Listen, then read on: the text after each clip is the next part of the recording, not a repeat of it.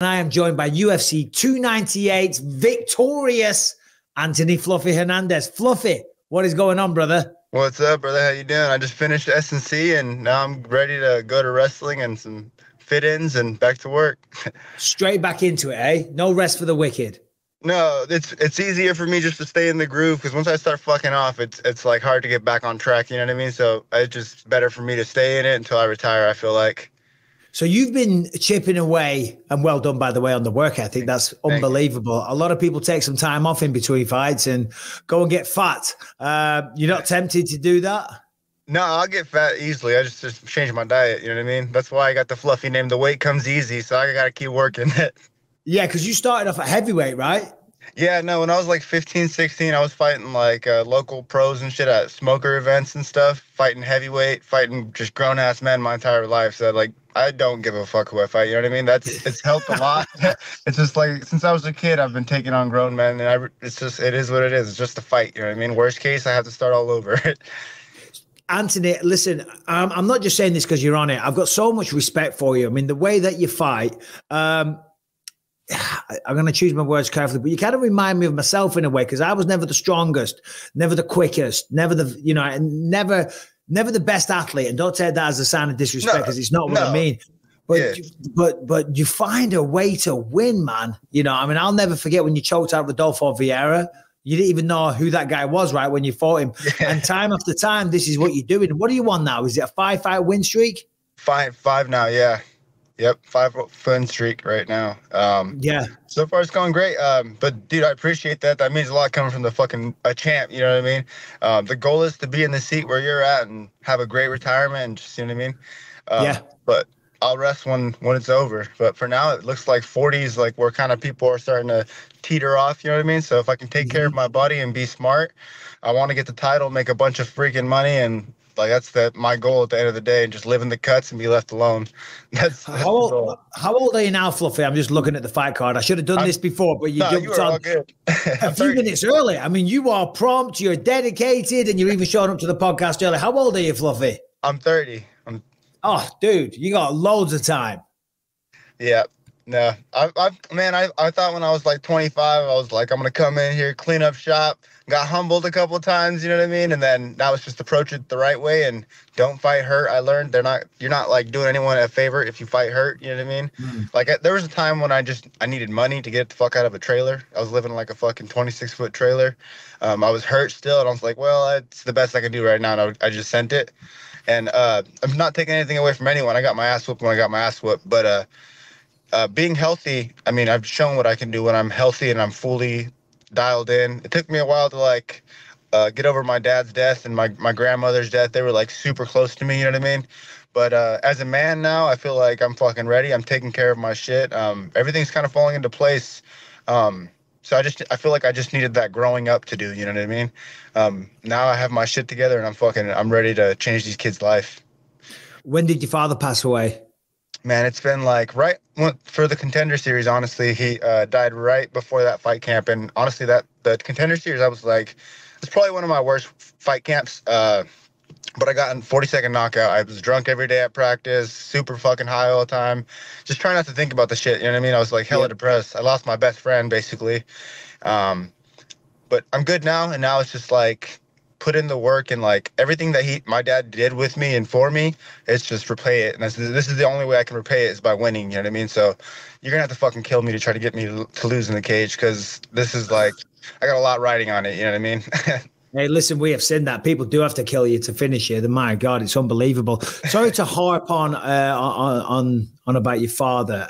Do you mind if I ask how he passed away? Because obviously, I'm 45 next week. I'm getting on, and I've got parents, and they're all. I worry about that all the time. Yeah, how did your father pass? Man, so he got like he was a diesel mechanic, and like just smelling all kinds of bad fumes fucked up his lungs. And they went to do a biopsy, and when they went to cut a piece of lung, it broke off and like brittle. So like just a bunch of fluid and shit filled up. And then basically like all the fluid filled up and like stopped his lungs. And then he got put into a coma, and then he wasn't waking up. A couple of my uncles and aunts were doctors, and I was like, all right, give it to me real. Like what's going on? And they said basically because he was unconscious for like 45 minutes, that like usually they're not gonna come back. And my dad told me like he almost died when I was a kid once, and he always told me if I'm gonna be vegetable, you fucking pull the plug. You don't let me just die. And I'm like, respect. I don't want the same fucking thing. I'd shoot myself if I was fucking stuck in a bed. You know what I mean? So I did as he said, and the rest is history. But basically like fluid stopped his lungs basically from some fucking lung disease. I don't even remember the word. It's some big ass doctor word. Yeah.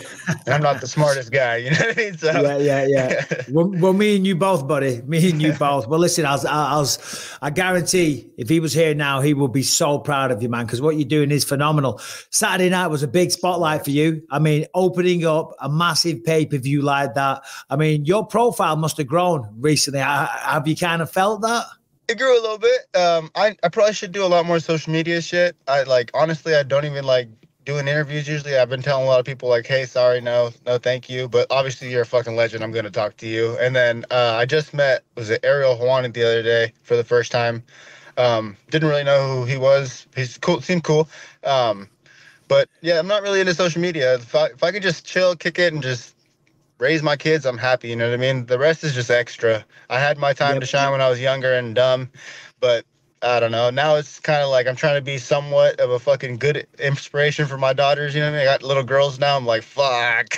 I remember how I was, so I'm trying to be straight edge as fuck, you know what I mean? Not too straight edge. Yeah. Hey, look, listen, never mind the social media bullshit, because it is just bullshit. It's just a distraction. It's not important at the end of the day. Sounds like you've got your priorities straight. All that matters is your family, your kids, providing for them like your father did for you. So, yeah, you're doing the right thing. Let me ask you, was Helwani asking questions, trying to get you to shit on the UFC? No, he wasn't.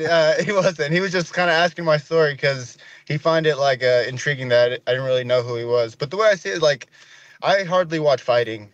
The last thing I'm going to do is go look up people's interviews. I really don't give a fuck what no one's doing. You know what I mean? Like, the only thing I care about is getting the belt and changing my kids' lives and my life. Besides that, it's like, I really, like, I don't really care. You know what I mean? Just focus on what I'm focused on and being happy, and that's all I really need. You know what I mean? Well, you should do interviews because you're very good at them. You're good to talk to. And you mentioned your story.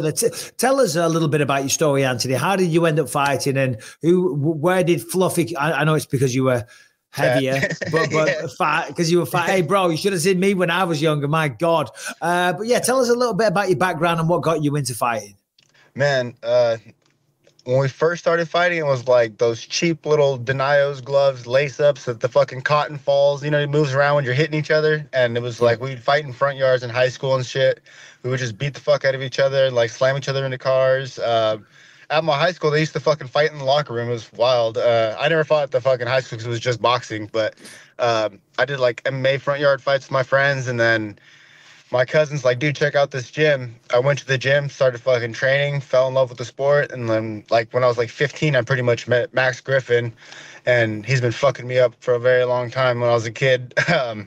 And basically, like, that's kind of how I just stayed in the gym since I was 15, tried to do it in college, didn't work out very well. My teacher was like, why don't you fucking quit fighting so you can actually do your homework? And I'm like, first of all, I'm fucking retarded when it comes to school. I'm going to definitely just drop out. So I dropped out. Took a fight with a 36-year-old cop, knocked him out in 30 seconds, and then made my MMA debut and just fucking went with it. And I've been in the gym ever since, just chasing the same dream.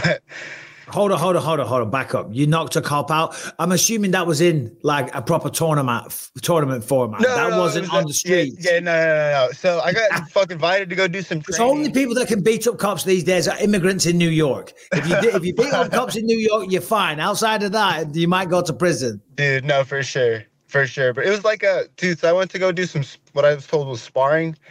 But I fucking filled in for Max, a fight, and I didn't know that. I showed up with my fucking dad and my sister, and they ended up fucking mitting me out and cornering me. And my dad had to sign a waiver because I was still 17 at the time.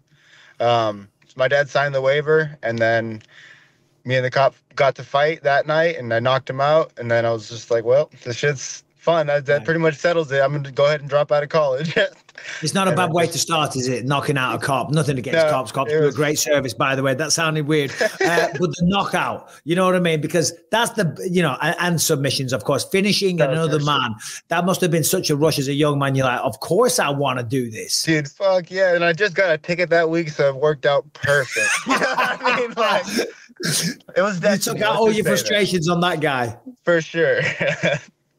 For sure. Brilliant. So let's talk about this fight, Roman Kopylov. I mean, I'm looking at your record now. Roman Kopylov, that's a big win because he was soaring. He was looking like a really hot prospect. He is a hot prospect. Oh, yeah. Edmund Shabazian, same thing. Marc-Andre Barrios, he's having a good career. Josh Fremd, and before that, Rodolfo Vieira, a man that's so highly regarded in the jiu-jitsu world. Saturday night, Roman Kopylov, he's known for his striking. He's also a Russian that's an international master of sport. So they can wrestle. Talk us through the fight from your perspective. Yeah, I just found out he was like a 5-time Sambo champion yesterday. I was like, oh shit, that's dope. But no, yeah, the dude was he was really quick. I knew he was gonna run away and skate to the power side. Like he shows that every fight. He's really fucking good when he went forward. As you seen, he fucking kicked the shit out of me and hit me. But the goal was just to get him backwards. I do my best work when I'm in people's faces and I'm walking you down. Because like I said, I trust my defense and I know what like shots I have available to me now. So the goal was to stay in his face, hit him a lot, and then hopefully that would open the wrestling. I knew he had a shitty gas tank just because every time he throws shots, if you watch his diaphragm, he takes a deep ass breath and circles. So it was just a fucking matter of making him have to fight his ass off and make him that nervous energy jump and just staying in his face and slowly chipping at him. I knew he had only one way to beat me. It was kickboxing. So as long as my defense and all my fucking shit was there in the right place, I was going to be fine. And it was just keeping that elbow in front so he can kick my elbow instead of my liver. You know what I mean? Yeah. Yeah. Little adjustments. So it sounds like you did a lot of homework on this guy. Dude, I'm telling you, my coaches, they do a lot of the homework. I honestly don't have to do no thinking. They do me, like, I trust them with my fucking life. I've been training with these guys for a very long time now. I know they're like fucking jealous schoolgirls, you know what I mean? Like they'll fucking look in there and figure out every fucking tendency these guys have, and then they'll let me know, and I'll watch a couple times, see how they come out. If they come out crazy, then it's like, all right, we got to fucking fight out the gates, you know what I mean? Or we kind of like get a just slow approach. But dude, my team is so good at doing their homework and shit. Which is like, I just have the right people around me and I'm a hard worker. So it usually works out. You know what I mean? And I'm not the dumbest person. I understand the shit. Sometimes I get hit. I get pissed off. I'm like, fuck you, bitch. Come on. And that's like I just want to go but kickboxing days on the motherfucker. You know what I mean? But I got to be smart and stay very well-rounded and keep guessing.